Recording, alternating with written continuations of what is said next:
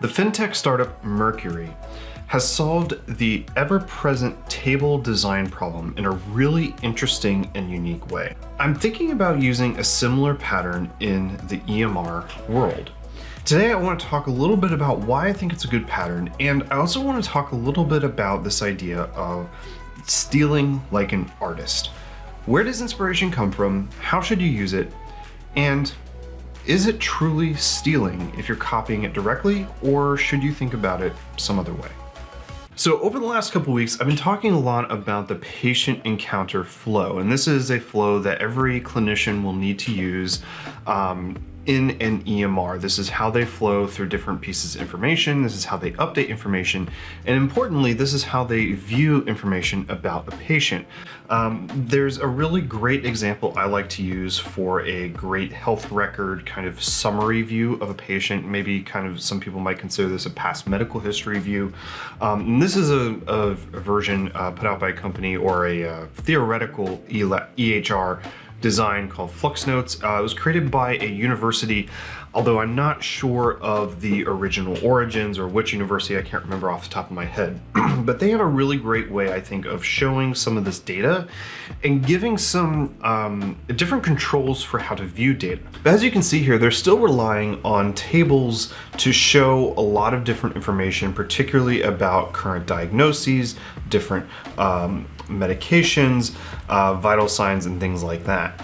Now, one of the things that I think about, and one of the challenges with tables in general, is that there are a lot of pieces of data to consume. And I want to talk very specifically about what the three problems that I see with data or with tables is. There are three primary issues that I see with table design that even Flux Notes hasn't quite managed to solve. There is the problem of information density. Information density means basically that there's a ton of information, it's all kind of shoved in. If you've ever used a finance app or a budgeting app or something like a POS where you might be viewing a lot of orders or transactions, you're probably pretty familiar with a view like that, where you have a lot of different rows in a table. There's a lot of columns in that table. Maybe it scrolls horizontally. Maybe some of the pieces of information are truncated, things like that. And that can be a really dense piece of information to scan. It can be hard to find the particular pieces of data that you need. And it can be particularly hard because of our second problem, which usually means that, or which is usually that most tables don't have enough customization. So in other words, they put all of the data in the table that you need, and not just that you need, but anybody might need in the situation. So regardless of whether or not you need all those data points, somebody at some point probably has, so they've put every piece of data in it. The way we might think about this is this idea of progressive disclosure, where we're only showing enough data at a time to fit the particular problem and need of that view. Now, the third problem here is related actually to this idea of having enough information in your view, and that is the navigation to other views. So frequently, if you look at a table of data, maybe it's a table of transactions or orders, you're going to have to go and do something, right? You're going to have to go manipulate that order. You might have to fulfill it. You might have to edit it, cancel it, any number of things. Same could be said for transactions in a budgeting software or financial software. Most table data has to be manipulated somehow. And tables are not a great way of navigating. They don't provide a great way of getting into that information and then coming back to the original context of the table. And more importantly, if you need information that is in the table, in that view where you're editing, suddenly you have to be clicking back and forth between these two screens. So it's not super clear and easy to navigate. And one of the sources that I turned to, and I just happened to find in the last couple weeks, is this company called Mercury. Now, I followed Mercury for a while, but I never really truly looked at their product. Something made me do that in the last couple weeks, and I've realized they have a product demo. Now, product demos are actually pretty rare for a lot of companies like this. Mercury is a banking startup, so they're doing finance, transactions, cards, all that kind of stuff. Very tabular, data heavy product. So as I started looking at Mercury, I looked at their product demo and I said, oh, they have a really interesting way of solving this problem where they take their transactions, they have a table of their transactions, and there are a couple things I like about the way they've done their tables, but particularly what I love is when you click on an item in their table, a card comes over, covers about, I don't know, maybe the right third, 2/3, maybe a fifth or half of the table and shows you more information. Now, in addition to that, that card has all this information, has pertinent actions if they're there, notes, attachments, ordering things, whatever it might be. But the table itself also condenses. And some of the columns are hidden because those columns are now more pertinent inside the card context. I really like this design. I think this is a great way of handling it, and I think it's a great way of solving a very complex problem in a very simple and elegant way.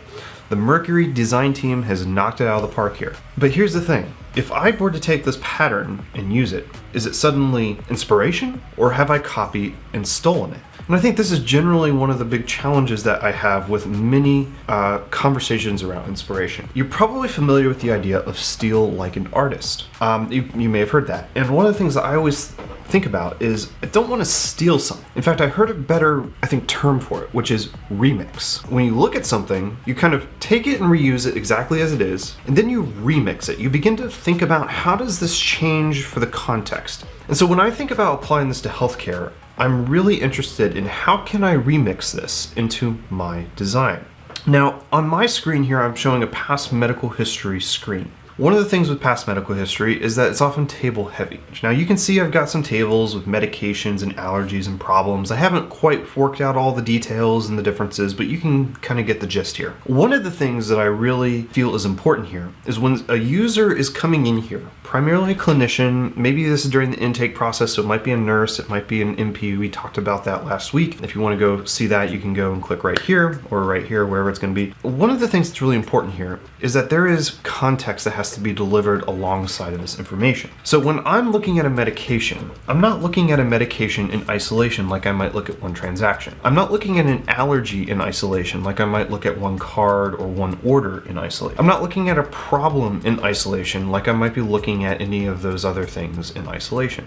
I need them to remain in the context of the overall patient, because what medications you're on can impact your problems, what problems you have can impact your medications, what medications you can actually be prescribed could impact your allergies, or vice versa. Your allergies could impact what medications you can receive. So when I think about these problems, and I begin to think about, okay, I really like this Mercury design pattern. So I've got this system, and basically what I've got right now is near identical to what Mercury has. But I think there are a couple interesting things that I'm thinking about here when it comes to remixing this. And I want to, before I get into that, let me tell you why I like this. I like it because I'm reusing some patterns I already have in terms of the actual card styling that I've been working with. I like it because we can show more complex information that is more unstructured or potentially leads to other places than we could in a table. If we were going to try to condense all of this information in this card into the table, we'd end up with a gigantic table. It would just be unusable.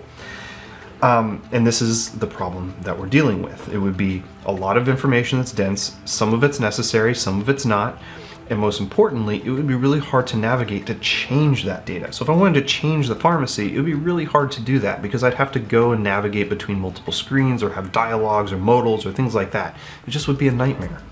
So by having this card, I've created a kind of unique, kind of contained area that can help enrich the data that's already in the table on the page, and more importantly, enrich the experience of understanding it in the context of other data on the page. Now, I could definitely sit here and say that this is a pretty close copy of what Mercury has done. So there are some things that I might think about doing. One thing that I'm doing very differently is my table designs in general are different.